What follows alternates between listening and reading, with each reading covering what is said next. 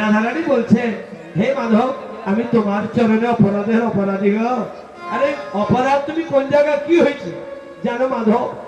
এই যে ঘুমের ঘরে স্বপন, ও তুমি স্বপন দেখেছো তাই কাছে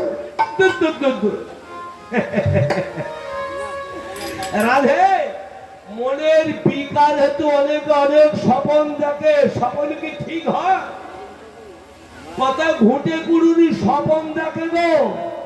একটা বিডিও অফিসারের গলায় মালা দিচ্ছে হয়। বলো বলো বলো, ওসব বাদ দাও। কি দেখেছে বলো?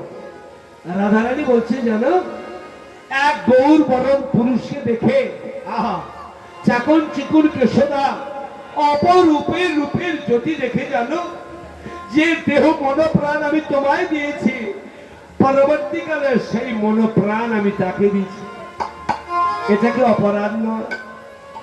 যে দেহ মনোপ্রাণ জীবন যৌবন তোমাকে দিয়েছি, পরবর্তীকালে সেইটা নিয়ে আবার অপর পুরুষকে দিলাম। গোবিন্দ বলছে, রাধে, যেটা উচিত সেটাই তুমি করেছ। যাকে ভালোবাসা উচিত তাকেই তুমি ভালোবেসেছ। আহ রাধে, যাকে ভালোবেসেছ ওটা কে জানো? উনি কে জানো? আর কেউ না।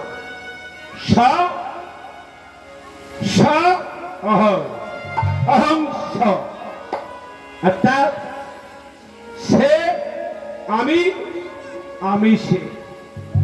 রাধারানী বললেন, না না না না না না, আমাকে গুলিয়ে ফেলতে দিও না।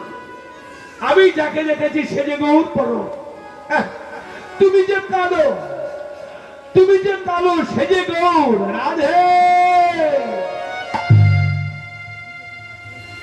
বজেন্দ্র নন্দন জয় সচি সুত হইবছে,